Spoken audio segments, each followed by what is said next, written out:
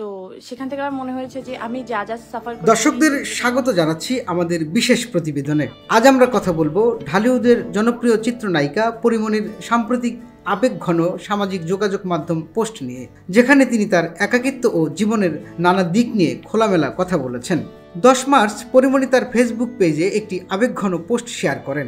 সেখানে তিনি লেখেন, আহারে জীবন, কত পলিশভাবে উপস্থাপন করতে চাই আমরা সবসময় সোশ্যাল মিডিয়ায়, কিন্তু আসলে কি তাই সবসময় হয় না তো। এই যে আমি কত অসহায় লাগে আমার নিজেকে যখন একা একা খেতে বসতে হয়।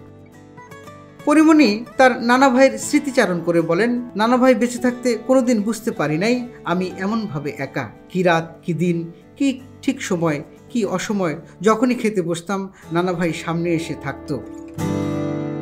মাতৃত্বের দায়িত্ব পালন করতে গিয়ে পরিমণি অনেক সময় একাকিত্ব অনুভব করেন। তিনি লেখেন, বাচ্চারা ঘুমালে একটু নিজের জন্য সময় পাওয়া যাবে ভাবি, হাতে জমে থাকা কত কাজ সেরে ফেলবো ভাবি, করিও সবই, শুধু খাবার সামনে একা বসে খেতে পারি না। রোজার সময়ে একাকিত্ব আরও বেশি অনুভূত হয় পরিমণির কাছে। তিনি বলেন, রোজার সময়ে আজ আর সেহরি বা ইফতারে কোনো আয়োজন থাকে না আমার।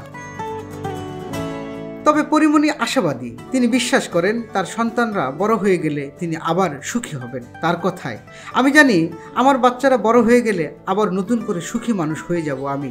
সময় বা অসময়ে তখন একা একা খেতে বসতে হবে না আর। জীবনের নানা চ্যালেঞ্জের মুখোমুখি হয়েও পরিমণি তার সন্তানদের নিয়ে আশাবাদী ভবিষ্যতের দিকে এগিয়ে যাচ্ছে। আমরা তার এবং তার পরিবারের জন্য শুভ কামনা জানাই। টুটুল রহমান, খবর সংযোগ।